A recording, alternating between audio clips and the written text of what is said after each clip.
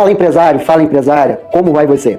No episódio passado, nós falamos que feedback não resolve o problema de clareza. E ficou claro que nós precisávamos explorar mais um assunto sobre isso, que está diretamente ligado ao feedback, que se chama melhoria contínua. Bárbara, o que você acha sobre o que você acha sobre melhoria contínua? Né? Porque todo mundo acha que faz, mas na prática não fazem. Bom, olá, empresários. O que eu acho de melhoria contínua? Melhoria contínua é um processo. E todo mundo acha que são coisas mirabolantes, são ideias radicais, são mudanças absurdas. E não é bem assim, né? São mudanças simples, que a gente consegue fazer ali no dia a dia, que vai melhorar o processo da empresa. É eu alterar uma documentação, eu verificar onde eu estou tendo retrabalho, eu melhorar a comunicação. Então são coisas simples. Eu documentar uma atividade que eu faço no dia a dia, assim, são coisas muito simples, que já ajudam bastante. Eu sou Renato Frade, especialista em liderança, estratégia e cultura. E hoje a gente vai falar, como bem dito aqui na introdução, sobre melhoria contínua. Então, Bárbara, eu queria saber uma coisa. Se todo mundo quer melhorar, por que os mesmos erros continuam acontecendo? Então, justamente por isso. Porque a gente acha que para melhorar, precisa ter uma estrutura muito grande, que só as maiores têm processos de melhoria. Então a gente acaba fazendo ali na correria e não dá atenção justamente aos pontos que são básicos. Então você está dizendo que é aquela velha confusão, né, do que está na mente e do que está no papel. Exato. Né? O que está na mente de um só. E ele pressupõe que está na mente de todos. E talvez a única forma de manter isto vivo é estar escrito. Como já diz o ditado, né? Vale o que está escrito. Né? Que tipo de problema você vê se repetindo com mais frequência nos ambientes empresariais? Seja num ambiente de um profissional liberal, seja num ambiente de um pequeno negócio, ou seja num ambiente corporativo maior. O que acontece? O que é comum a esses lugares? Bom, assim, o que eu mais vejo é a questão do retrabalho, né, que são atividades que você faz e aí fez da sua cabeça, fez da forma que você acha que deveria fazer e de repente lá na frente tem que refazer porque faltou algo, porque não estava da forma que deveria. Então esse é um. A parte da comunicação, né, que também aparece bastante, que é eu te peço para fazer algo, você acha que entendeu, eu acho que te expliquei e no final das contas também não sai da forma que deveria. A comunicação com o cliente também, né, vejo que muitas vezes a comunicação com o cliente é falha, e também gera retrabalho, gera insatisfação. Então, assim, a falta de documentação, né, a ausência de documentação e essa questão de estar tudo na cabeça do empresário, está tudo na cabeça do dono. Então, essas são as principais falhas, né, que eu vejo assim acontecendo. Muito bom, Bárbara. Você tocou o ponto de comunicação e você está nos assistindo aqui, esse é o nosso segundo episódio. No primeiro episódio nós falamos exatamente sobre comunicação. Então eu te convido a acessar a playlist desse podcast, né, Bárbara? Porque lá você vai ter mais aprofundado sobre comunicação e como resolver esses ruídos de comunicação. Que ficou muito claro que não é um ruído, né? Não. É a ausência de uma comunicação organizada, né? E aí, para ficar bonitinho ou politicamente correto, estão chamando de ruído, o que na verdade foi a falta de um procedimento correto da informação. Isso. Né? O que acontece, Bárbara, depois que o erro acontece? Tá lá na operação, o erro aconteceu, e aí muitas das vezes o profissional liberal, o dono do pequeno negócio, ou o gerente, ou o diretor, apaga aquele incêndio, e aí supostamente o problema está resolvido. E por que ele de fato não está resolvido? Então, aí o que acontece nesse ponto? Aconteceu o erro, aí todo mundo para. Todo mundo para resolver aquele erro, para ver o que aconteceu, para tentar resolver. E assim, e aí começam, né, as insatisfações, começam as discussões, começam a apontar dedos, né, porque muitas vezes o foco não está nem na solução, né, é apontar quem errou, por que errou, o que faltou. Então, começam as complicações ali no dia a dia de trabalho. Entendi. Anota aí, mentalmente. Eu tenho 3 perguntas básicas que eu uso na liderança para resolver esses momentos de crise, né? E cobra no final, para quem ficar até o final, eu vou ensinar essas 3 perguntas que elas resolvem qualquer crise. Ok? Existe uma confusão, né? Uma percepção de confusão entre melhoria e esforço. Então eu queria saber, Bárbara, por que fazer mais não significa fazer melhor? Então, justamente, né, porque eu estou fazendo mais, mas não estou fazendo de uma forma organizada. Então, se eu estou ali, no dia a dia, na correria, e eu chego no final do dia com a sensação de que eu fiz muito, mas nada está resolvido. Então, assim, essa é a confusão. A melhoria são pequenas práticas que você vai adotar no dia a dia para melhorar o seu trabalho, e aí você, no final do dia, ter aquela sensação de que você, de fato, resolveu o que você tinha que resolver. Você me fez lembrar agora da cena de ontem, a gente estava assistindo Ilhados com a Sogra, né? Isso era pra falar? Tá fora do script, mas ela tem contexto, né? Lembra ali aquela prova final, onde a sogra tinha que descrever qual era a peça que estava errada no quebra-cabeça, né? E o genro tinha que atravessar o rio para buscar a peça e comunicar a outra pessoa qual era a peça. Você notou que todos saíram para execução e ninguém se organizou e planejou como executariam aquilo? Ninguém planejou. Exato. E aí virou o quê? Um caos. Um esforço, uma pressão absurda, uma sobrecarga emocional absurda, porque eles estavam fazendo uma prova, afinal de contas aquilo ali valia R$500 mil. Começaram a se xingar? Começaram a se ofender. A se ofender. E quando poderia ter feito ali uma coisa muito simples. Avaliar exatamente o que precisava ser feito. A pessoa que estava conduzindo o processo deu uma orientação muito clara. Vocês podem carregar até 2 peças por viagem. E eles saíram preocupados em carregar a peça. Pegaram uma peça, teve lá que pegou uma peça, teve um outro participante que desistiu por cansaço, porque se esforçou. E aí reconheceu lá no final o esforço, eu dei o meu melhor. Sim, ele deu o melhor fisicamente. Mas ele aplicou uma regra básica. Planejar antes de executar. Exato. Não. Né? E ali, tomando isso aqui como exemplo, como que nós poderíamos aplicar ali? Né? A gente já viu que houve um erro de planejamento. Aconteceu o erro. E a gente está falando aqui de melhoria contínua. Como eu posso pegar esse exemplo e aplicar o princípio da melhoria contínua? O que cada participante ali com a sua equipe poderia fazer ao final daquela prova para que saísse dali com uma lição aprendida e não só a sensação de derrota? Então, o que eles poderiam ter feito ali? Né? Como é que funciona a melhoria contínua? Você vai planejar, então você planeja aquilo que vai ser realizado. Planejei, vou para a segunda parte, eu vou executar. Né? Executei todo o meu planejamento. Ok. Deu certo? Ou precisa de ajuste?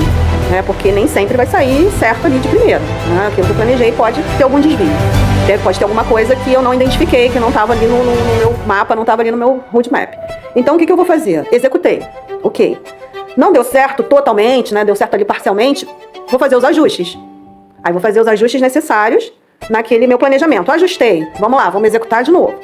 Deu certo? O que eu vou fazer? Executar. Desculpa. Eu vou documentar aquilo que foi planejado e aí... Aquilo virou um padrão. Virou um padrão. Começa a nascer uma metodologia de trabalho. Exato. A pessoa começa a tirar da cabeça aquilo que já deu certo. O que é um método no final das contas? São mecanismos, técnicas, para resolver determinado desafio que funcionam. E aí você concorda que eu estou aí evitando retrabalho, estou evitando tudo que eu falei lá no início, eu estou evitando retrabalho, eu estou evitando falha na comunicação, eu estou evitando o descontentamento, né, as brigas que podem ocorrer por causa disso. Então, assim, estou evitando uma série de coisas. E muita gente fala que é burocracia, vai deixar o trabalho mais lento, né? Não vai funcionar, vai ficar ruim. Gente, não é burocratizar. É melhorar, né? O próprio nome diz, a melhoria contínua. Eu vou aos pouquinhos fazendo melhorias no meu tipo de trabalho, na minha rotina, para que aquilo vá fluindo em algum momento. Você me fez lembrar também de uma frase, eu não sei se eu vou atribuir ao autor correto, viu? Eu sou péssimo para gravar o nome dos santos, né? Mas eu gravo muito bem os milagres, porque nos milagres estão o princípio. Eu não tenho certeza absoluta se foi Abraham Lincoln que disse essa frase ou se foi alguém da mesma época. Mas a frase que é o mais importante, depois a gente dá o crédito a quem é de direito. Ele disse mais ou menos assim: se me derem um machado e 8 horas para derrubar uma árvore, eu vou passar 6 horas afiando o machado. Né? Então é sobre isso que a gente está falando aqui, né? Sobre planejamento, organização, buscar a informação de como resolver aquele desafio, né? Uma coisa que eu percebo, né, nas equipes que eu já liderei, todas as vezes que eu chego em certos determinados lugares e assumo a liderança, eu sempre deparo com um clima de urgência para tudo, né? E vez ou outra eu sou confrontado com a seguinte questão: Renato, como você consegue manter a calma, ser tão paciente, objetivo, como que isso não te afeta? E a resposta é simples: porque nada para mim é urgente. Porque nada é urgente, porque eu planejo. Então, quando eu chego em um determinado ambiente para liderar, a primeira coisa que eu me ocupo é entender o cenário, é entender o que eu preciso fazer, é entender qual é o resultado desejado, é conhecer as pessoas que estão lá, é conhecer as competências técnicas de cada um, entender o que cada um de fato pode entregar para que eu não gere expectativa errada em relação àquela pessoa e que ela também não se frustre porque eu atribuí algo que ela não é capaz de entregar. Então, a primeira coisa que passa é planejamento, é leitura de cenário. Né? Aí sim eu tenho informação para tomar decisões. Então, eu não estou ali à busca do resultado a qualquer custo e trazendo uma urgência onde não há. Né? A minha sensação, às vezes, que eu tenho é que está todo mundo querendo se livrar daquilo como se fosse um problema. E quando aquilo é a missão, é o porquê estamos ali. Aquilo não é um problema, é o porquê. Então, acho que também passa por esse alinhamento de perspectiva sobre o desafio. Né? A gente não tem um problema, a gente tem um desafio. E se a gente está num ambiente profissional, a gente está ali para resolver problemas. Sim. É para isso que existem os negócios. Cada negócio em si resolve um problema de alguém, que popularmente é chamado de dor. Né? Qual é a dor daquela pessoa? É o problema que eu, empresa, resolvo para aquela pessoa. Pode ser uma segurança, pode ser uma gravação de podcast, como estamos aqui fazendo o nosso. Né? Não somos especialistas em podcast, mas contratamos uma empresa que resolve. Nós tínhamos um desafio a ser resolvido. Né? Antes de escolhermos, pesquisamos no mercado, nos informamos e tomamos a decisão para escolher essa equipe profissional que está aqui nos ajudando a gravar isso. Né? Então a gente contratou um serviço. Né? Podem acontecer erros aqui? Podem. Agora, os erros que cabem à equipe técnica, cabe a eles melhorar ao longo do processo. Não é isso? E aí eu te pergunto, dá para melhorar algo que não está organizado? Nossa. Bom, na minha visão, não. Como eu vou melhorar algo que não tem o mínimo de organização? Então, assim, é complicado.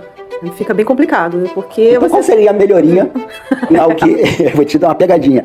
Qual seria a melhoria a ser aplicada em algo que não está organizado? Então, justamente, o planejamento é organizar. Então, assim, é o que eu falei, muitas vezes a gente acha que é uma coisa mirabolante e não é. Eu posso, assim, mudar a ordem de um trabalho que eu estou fazendo. Eu começo por A e termino em B. Posso mudar essa ordem, né, e resolver um problema? Posso criar um passo a passo e resolver um problema? Não é nada mirabolante, né? Não é nada de outro mundo. Posso documentar um processo que eu faço? Nada mirabolante. Então, assim, o primeiro passo é justamente, eu tenho que parar. Eu sei que é difícil, né, a gente no dia a dia parar. Mas é um fato, é necessário. E ainda mais assim, as pequenas empresas acham que eu não preciso disso, né? Isso só quando eu estiver grande. Não, agora. Então, assim, é parar, fazer a leitura do cenário, né? Igual você acabou de falar, de comentar. Vou fazer a leitura do meu cenário e aí sim vou pegar em cima dessa leitura e começar a me organizar. Porque esse é o primeiro passo, eu preciso me organizar, eu preciso planejar. Senão eu não vou conseguir melhorar, porque eu não tenho ideia do que está acontecendo. Como que eu posso melhorar algo? Eu sequer tenho ideia. Pois é, então a melhoria nesse caso é o primeiro passo de qualquer coisa. Organizar e planejar. Isso aí. E você tocou aí sobre essa urgência, né? Essa urgência muitas das vezes vem da falta da clareza, né? Para eu poder organizar, antes de organizar, clareza do que está acontecendo. Eu preciso buscar a clareza. Né? E o que eu percebo, né, no trabalho que a gente vem fazendo há algum tempo, quando eu faço a pergunta de como a pessoa distribui o tempo dele entre as áreas, e aí, se você é um profissional liberal, você tem que jogar nas 11. Não tem jeito. Não adianta falar, você tem que delegar. Sim, eu vou delegar, mas antes eu tenho que organizar o que eu vou delegar. Não é assim sair delegando tudo. Né? E aí eu vou fazendo as perguntas básicas. Quanto tempo você dedica para atender o seu cliente? O cara não sabe responder. Quanto tempo você dedica para conquistar um cliente? Ele está falando aqui em prospecção. O cara acha que tem que prospectar. Prospectar não é só a prospecção digital como está na moda. E essa é uma das prospecções mais caras do mundo. Existe uma prospecção muito barata que é a indicação. Que é quando a gente atende maravilhosamente o nosso cliente a ponto dele se tornar um embaixador. E a pessoa investe pouco tempo nisso, porque está sempre na urgência. Ao invés de atender o seu cliente com qualidade, ele só entrega ali porque era só um problema para ser resolvido, né? Perde o porquê está fazendo e direciona o foco só para o dinheiro, às vezes. Isso daqui para pagar uma conta, tudo isso, aquilo, e esquece o porquê ele está ali.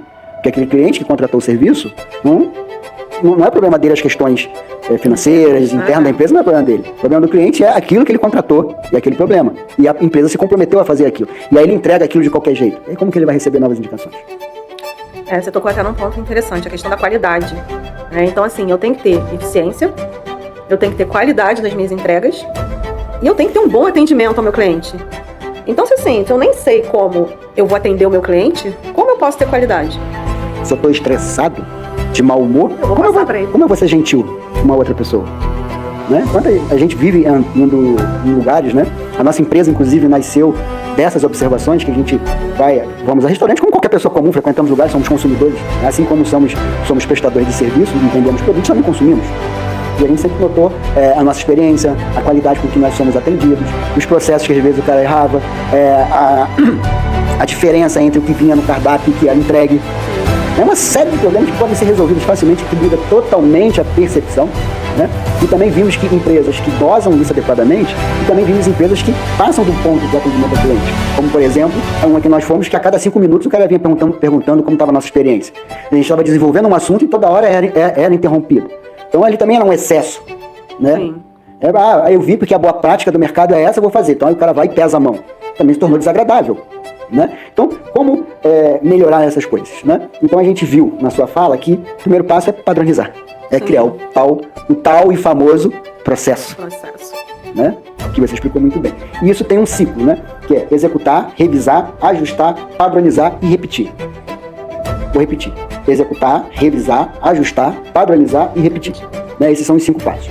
Agora, dentro desses 5 passos, onde que normalmente as empresas travam e pecam? Bom, já começa no planejamento.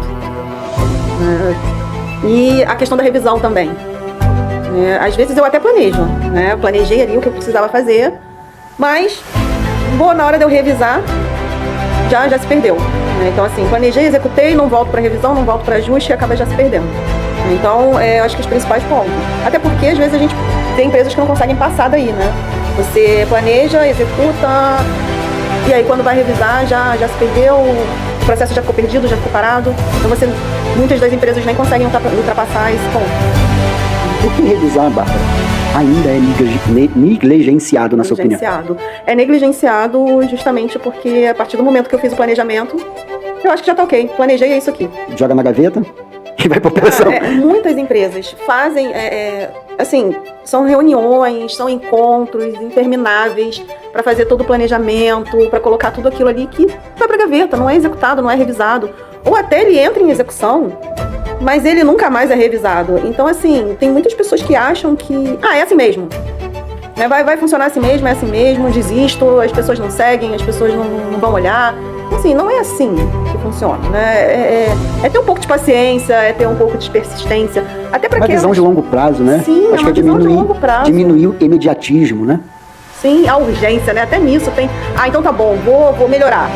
Vou pegar meus processos, vou fazer o planejamento, vou melhorar. Mas parece que o mundo vai acabar amanhã, né? Mas aquilo tem que funcionar em 2 dias. Não é assim, não vai funcionar em 2 dias.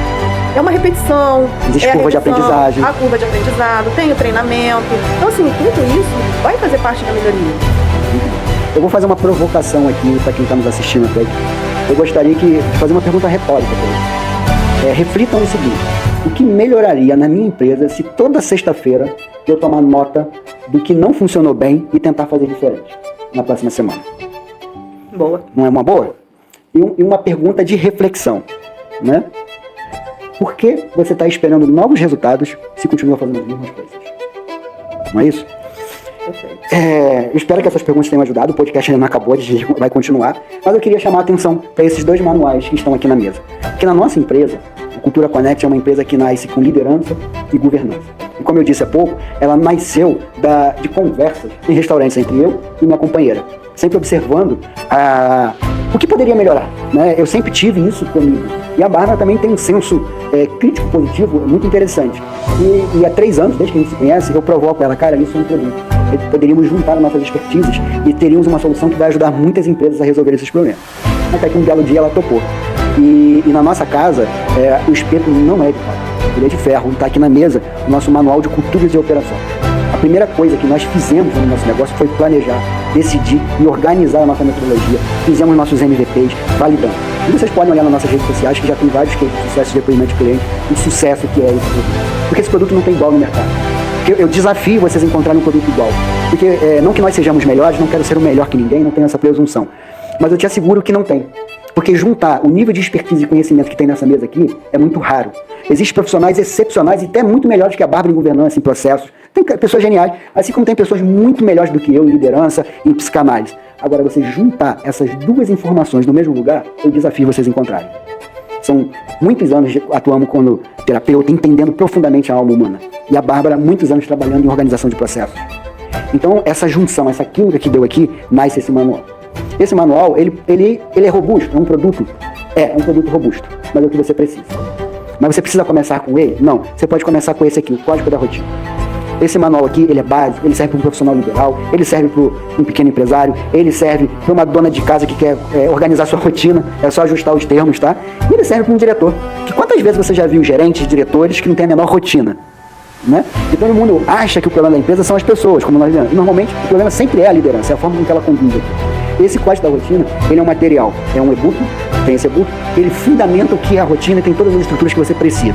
E junto a ele vem outros materiais. Ele vem um mapa de gargalos, ou seja, como fazer a melhoria, que a gente está falando aqui nessa. Ele vem com 5 cuidados do 10H, como a pessoa planejar. Né? Ele vem com uma sugestão de como uma pessoa distribuir o tempo dela dentro de uma agenda. Nada de planilha, robô, nada difícil. São só coisas simples. Né? Ele ensina a mapear quais são as atividades que a pessoa tem. Então, primeiro eu planejei lá dentro do 5W2H. E aí depois, aquilo vai virar ações, atividades. Um plano de ação. Um plano de ação. E aqui tem como fazer, tá bom? Na descrição tem um link. Se você quiser acessar, você vai acessar direto. O preço disso seria 197. E nós decidimos vender 97 porque a gente quer ajudar as pessoas. Tá? E se vocês quiserem uma consultoria estratégica, entender mais profundamente sobre o negócio de vocês e como nós podemos agendar, eu vou deixar o link da nossa agenda de sessão estratégica. Ela não tem custo, é uma sessão de 30 minutos, onde a gente vai bater um papo, eu vou identificar as oportunidades de melhoria e de construção do seu negócio e vou montar uma proposta comercial em cima disso. E essa proposta comercial você pode acolher ou não, né? Mas ela sempre vai ser apresentada à medida que a gente faça uma avaliação estratégica. Porque não adianta eu conversar com você 30 minutos, falar para você os seus problemas se eu não puder apresentar a solução, né? Então, Bárbara, para encerrar isso aqui, eu prometi há pouco que eu ia dar 3 perguntas básicas que qualquer líder de negócio pode resolver. Mas antes de eu dar essas 3 perguntas que eu prometi, eu queria que você fizesse uma síntese, né, objetiva, enxuta, para que as pessoas que estão aqui nos assistindo possam entender o conceito de que é uma melhoria contínua. Né? Que o erro não é um erro, é uma oportunidade de aprendizado. Mas como ela aproveitar essa oportunidade de aprendizado. Porque quem não cresce, decresce. Assim, eu acho que o conselho que eu daria agora, de forma objetiva, olhe o seu negócio, planeje, né? Pare um pouco ali da sua rotina, no seu dia a dia, pare um pouco, planeje, veja o que está dando errado, veja o que pode, né? Como eu disse, são coisas simples, às vezes que já resolvem muita coisa. Então, planeje, né? Planeje, pare um pouquinho, dedique-se um pouco tempo para isso. Vocês vão ver que vai melhorar significativamente, vai melhorar bastante o seu dia a dia. Planeje, execute, revise. Não deixe o seu processo na gaveta. Isso é o principal. E não precisa resolver tudo de uma vez. Isso, e calma. Não precisa resolver tudo de uma vez. Vão aos pouquinhos. Uma por vez. Uma por vez. A constância sempre funciona melhor que a intensidade, né? Isso aí, perfeito. Então eu vou dar as 3 perguntas que todo líder precisa durante uma crise. A primeira pergunta: o que realmente está acontecendo? Ignore os ruídos, ignore as tempestades emocionais, ignore os medos, porque naquele momento da crise, o que você vê é só pânico na grande maioria. Um monte de pessoas desorientadas sem saber o que quer e com medo do que pode acontecer se aquilo não for resolvido. E quem foca no medo perde o tempo da solução. Ignorando tudo isso, eu estou falando de inteligência emocional, né, ou resiliência, ou no popular, o quanto que você aguenta apanhar e continuar de pé, seguindo, porque isso que é resiliência.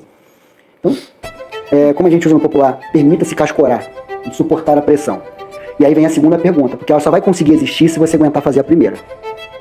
Qual é o resultado que eu quero aqui? Ou seja, qual é a minha visão de longo prazo? Porque um líder vê antes e vê primeiro. O líder tem que saber para onde está comandando o seu navio. Ele sabe para onde está indo e ele não se assusta com as ondas. E a terceira e última, só é possível ser responder se você respondeu as 2 primeiras. Qual é a menor ação que eu posso fazer agora e botar a equipe em movimento?